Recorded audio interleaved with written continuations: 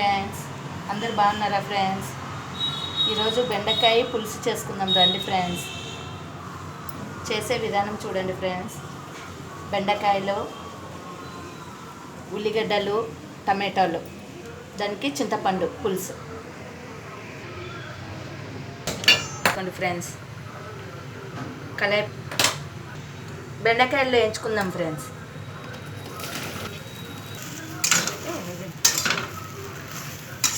చెప్పు. Gold colour వస్తుంది friends. కొంచెం షుగర్ వేసుకోండి అంటారు దాన్ని.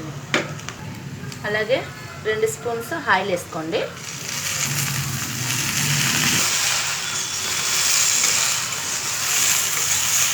బాగా కొంచెం రెడ్ కలర్ వచ్చే వరకు వేయించుకోండి ఫ్రెండ్స్.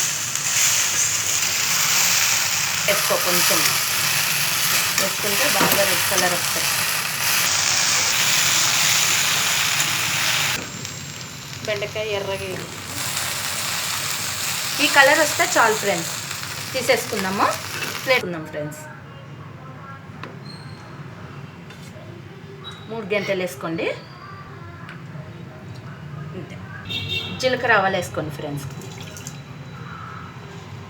2 వట్టిమిరపకాయలు వేసుకోండి.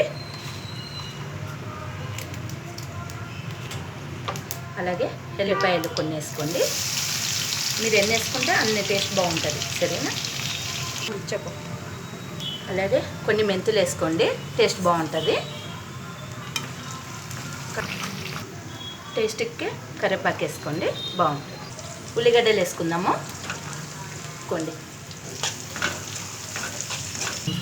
2 టమాటాలు వేసుకోండి.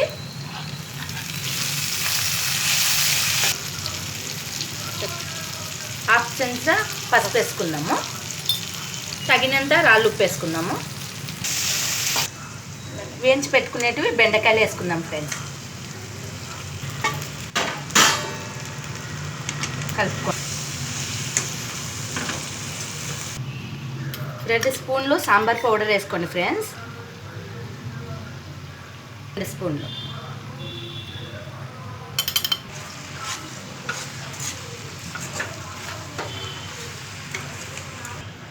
కారం ఎక్కువ తినేవాళ్ళు కొంచెం కారము యూజ్ చేసుకోవచ్చు. సరేనా? కొంచెం ఎక్కువ వేసుకోవచ్చు కారం. రాయలసీమలో ఎక్కువ తినాలి.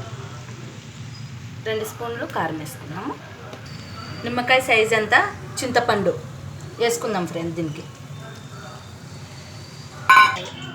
బెండకాయలు ఉడికేటట్టుగా కొన్ని నీళ్ళు వేసుకోండి ఫ్రెండ్స్. అలాగే కలుపుకోండి.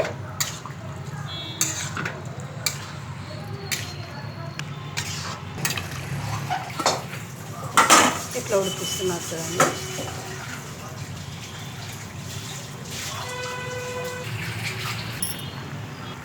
టేస్ట్ కోసం లాస్ట్కి కొంచెం కొత్తిమీర వేసుకోండి ఫ్రెండ్స్. అయిపోయింది సాంబారు. గ్యాస్ బంద్ చేసుకోండి. గ్యాస్ బంద్ చేసుకోండి. బెండకాయ రసం నచ్చినట్లయితే ఒక లైక్ వేసుకొని సబ్స్క్రైబ్ చేసుకొని ఛానల్ ఫాలో కాండి అబ్బా. ఉంటాం. బెండకాయ సాంబార్ రెడీ అయింది. మీకు బెండకాయ సాంబార్ నచ్చినట్లయితే ఒకసారి ట్రై చేసి లైక్ పెట్టండి, సబ్స్క్రైబ్ చేయండి, కామెంట్స్ పెట్టండి.